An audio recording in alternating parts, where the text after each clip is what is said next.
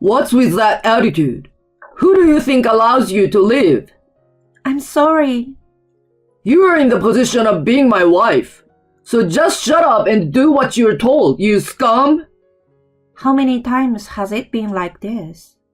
To be subjected to such abuse from a husband, who should be an equal partner. Certainly, we were happy at the beginning of our marriage. But when did things turn out like this? In the midst of already difficult days, the worst happened. My husband's infidelity was revealed. My heart was covered in a dark abyss, and sadness and anger surged simultaneously. Treating people conveniently, and then cheating on your spouse. Absolutely unforgivable. You remember this. I will pay back double for all the suffering I have suffered so far. My name is Ginger Green, and I'm 28 years old. I've been married to Mark for almost 2 years. Mark works for a company headed by his father, and at the young age of 32, he already holds a high position. He is destined to become the next president, ensuring a promising future. Our encounter was nothing but destiny. I was working at a flower shop at the time and had been standing in the store that morning to serve customers. Then, Mark showed up as a guest and approached me. Excuse me, I want to send flowers to my mother for her birthday. What do you recommend? If it's for a birthday, yes. Carnations are a classic choice, but they are often chosen for Mother's Day too. Sweet peas and roses are also popular. There are so many types, I'm not sure. I see. Oh, how about hydrangeas?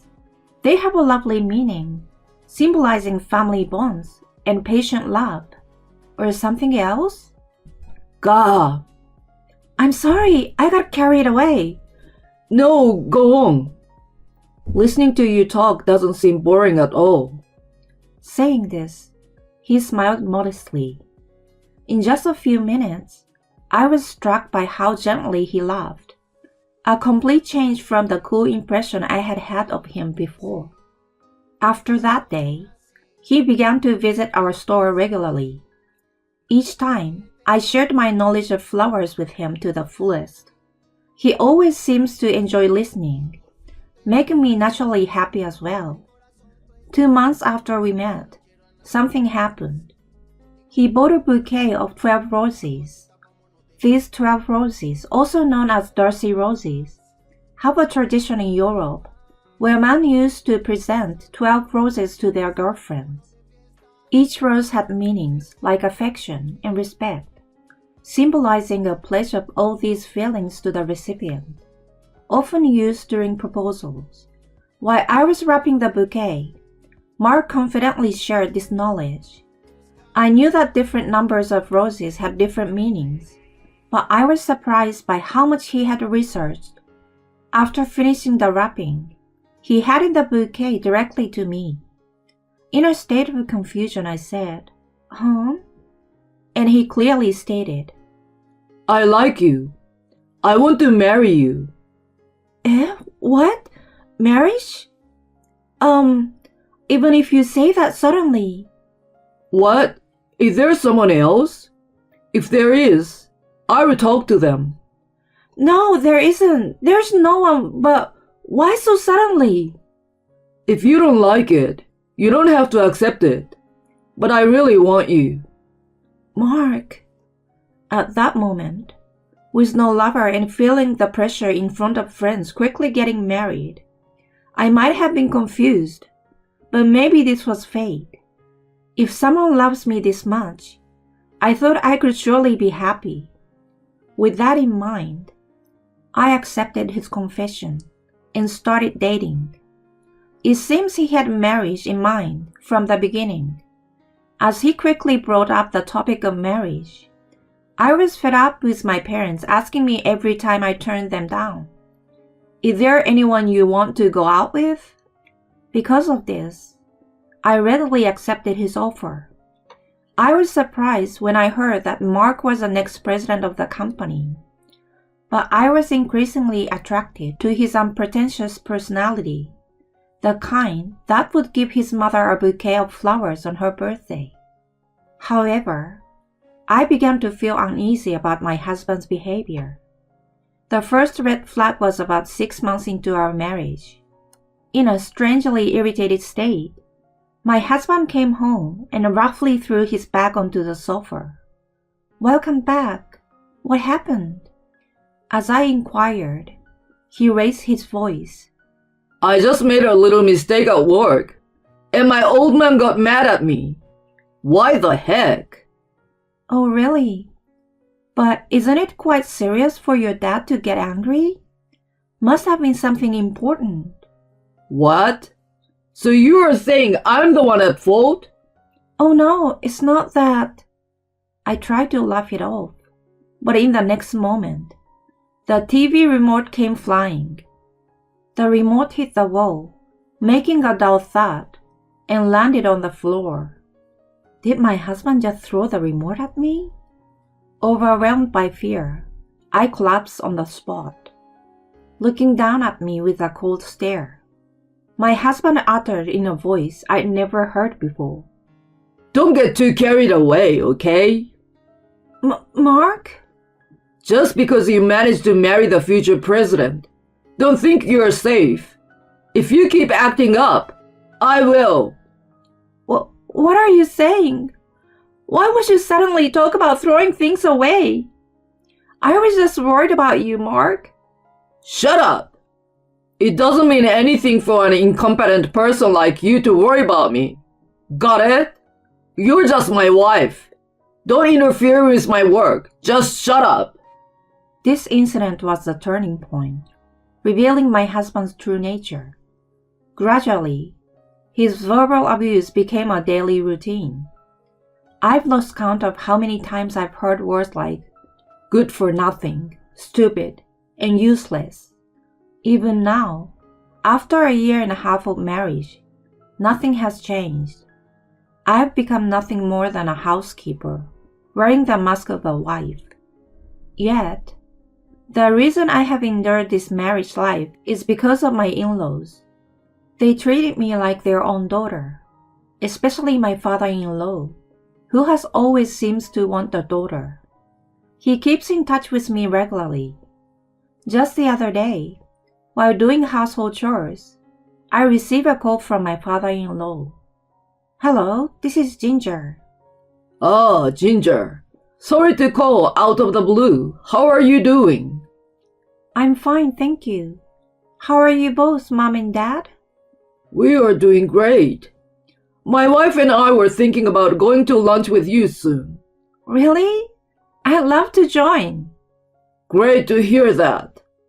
My heart naturally lightened at the sound of my father-in-law's happy voice.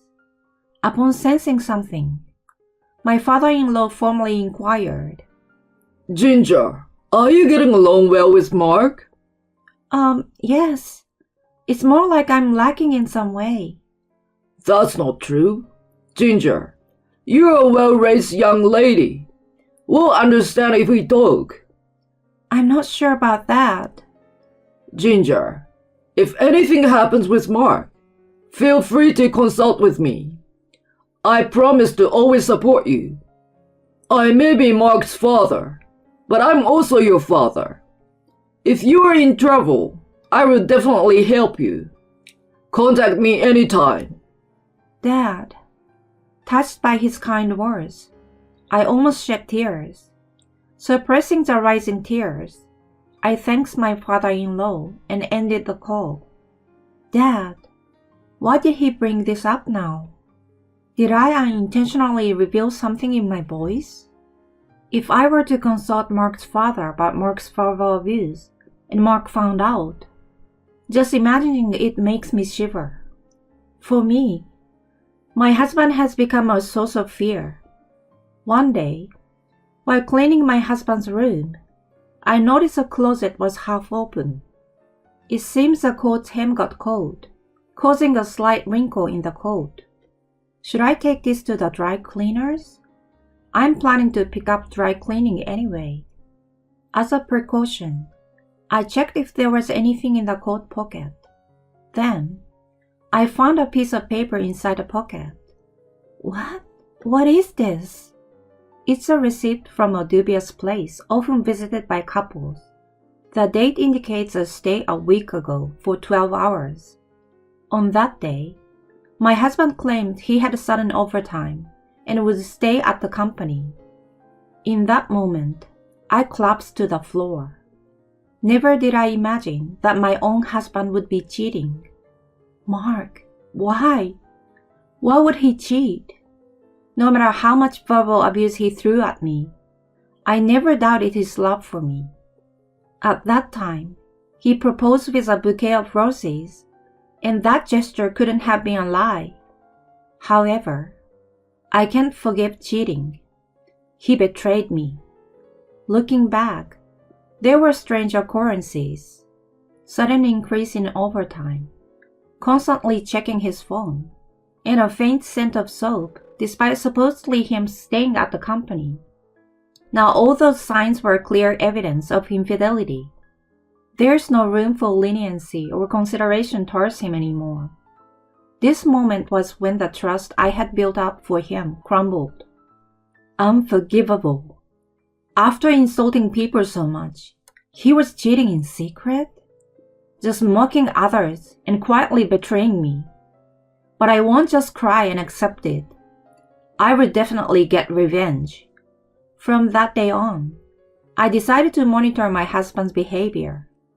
I start following him when he leaves home, and after he disappeared to his office, I wait at the cafe near the entrance. Then, as expected, his lies became more and more obvious. Today, I will be working overtime and staying at the company. Such a message arrives, but he leaves promptly at the regular quitting time. Following him, I discover that he's meeting with a female colleague at the station 2 stops ahead. The two of them, arms entwined, head toward the location on the receipt. They spent the night together, and the next morning, as they emerged, they exchanged passionate kisses near the entrance. I continue to capture the whole affair with photos and videos, regardless of it being for evidence. Witnessing the scene of infidelity from a man I once loved is not a pleasant experience.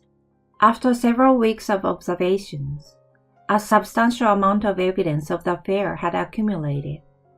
I waited for my husband to return to discuss it with him. I have something important to discuss. Sending that text, Mark returned home just past 11 p.m. What's this about? He opened his mouth with apparent annoyance, and I immediately broached the subject.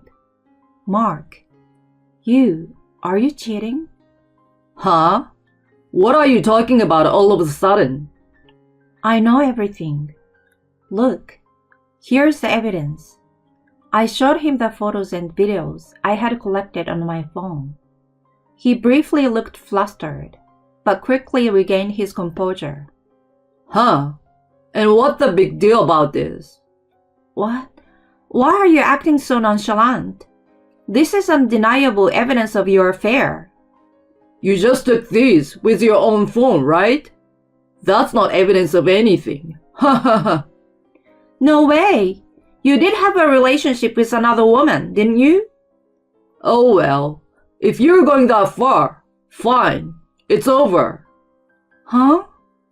At that, Mark took out the divorce form he had prepared in advance and thrust it in front of me. There you go. I will divorce you as you wish. Just get out quickly.